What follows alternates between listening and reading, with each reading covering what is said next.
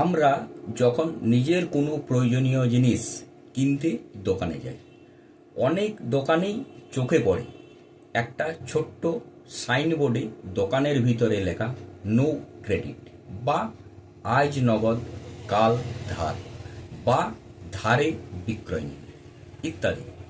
কিন্তু কথা হলো কেন লিখে রেখেছেন এর কয়েকটা দিক হতে পারে। যেমন হয়তো উনি ধারে বিক্রয় করেন না, বা ধার দিয়ে দিয়ে ঠকেছেন, বা ধার দিয়ে ব্যবসায়িক পুঁজির ঘাটতি হয়েছে, আরও কিছু। এই শিক্ষামূলক আলোচনায় আমি বাদল বিডি লার্নিংয়ে আপনাদের স্বাগত। যারা চ্যানেলটি নতুন দেখছেন এবং যারা এখনও পর্যন্ত সাবস্ক্রাইব করেননি অবশ্যই করবেন, এবং ভিডিও ভালো লাগলে লাইক এবং শেয়ার করতে ভুলবেন না। কিন্তু কথা হলো বাকি ধার ছাড়া কি ব্যবসা চলে বা করা যায়? ব্যবসায় বাকি থাকবেই, একে আটকানো খুবই মুশকিল। কিন্তু কতটা রাখবেন বা দেবেন সেটা নির্ভর করে নিজের উপর। অনেকে ব্যবসায় বিক্রি বাড়ানোর জন্য বেশি বেশি করে বাকি ধার দেন, কিন্তু পরবর্তীকালে ধার আদায় না হওয়ার কারণে ব্যবসা বন্ধ হয়ে যাওয়ার পরিস্থিতি তৈরি হয়, বা অনেকে ব্যবসা বন্ধ করে ফেলেন। তাই ধার দেওয়ারও এবং আদায় করারও একটা পরিকল্পনা রাখা দরকার। উদাহরণস্বরূপ, ব্যাংক থেকে অনেকেই লোন নিয়ে থাকেন। কেউ ঠিকমতো পরিশোধ করে দেন, কেউ কিছুদিন পরিশোধ করার পর কোনো কারণবশত নিয়মিত দিতে পারেন না। সেক্ষেত্রে ব্যাংকের সাথে বসে সেটেলমেন্ট করে পরিশোধ করেন। কেউ বা কিছুদিন দেওয়ার পর আর দিতে পারেন না। সেক্ষেত্রে এই লোনগুলো ব্যাংক এনপিএ অ্যাকাউন্টে ট্রান্সফার করে, আর বিভিন্ন ব্যাংক বিভিন্নভাবে এই এনপিএ লোনগুলোর উপর আকর্ষণীয় স্কিম দিয়ে আদায় করার চেষ্টা করে থাকে। এই উদাহরণটা এই জন্যেই, ব্যবসায় বাকি যদি দিতে হয় তার আদায় করার রাস্তাও আপনাকে ঠিক করে নিতে হবে।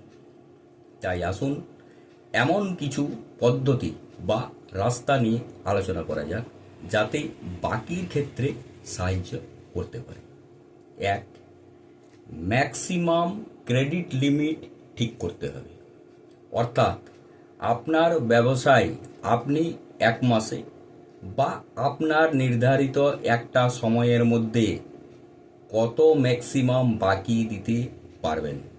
উদাহরণস্বরূপ, যদি 1,00,000 টাকা হয়ে থাকে আর এই 1,00,000 টাকা পৌঁছে গেলে বাকি ততক্ষণ বন্ধ রাখতে হবে যতক্ষণ না বাকির কিছু টাকা আদায় না হয়ে থাকে। আর এই আদায়ের টাকার আবার পুনরায় বাকি দেওয়া যেতে পারে। কিন্তু সব সময় মেনে চলা দরকার বা চলতে হবে আপনার বাকির ম্যাক্সিমাম লিমিট এই 1,00,000 টাকাই। 2. বাকির গ্রাহকের একটা বাকির নিয়ম রুলস ঠিক করা দরকার। যে গ্রাহককে ধার দেবেন অবশ্যই ধার দেওয়ার সময় তাকে আপনার বাকির নিয়ম কন্ডিশন স্মরণ করিয়ে দিতে হবে।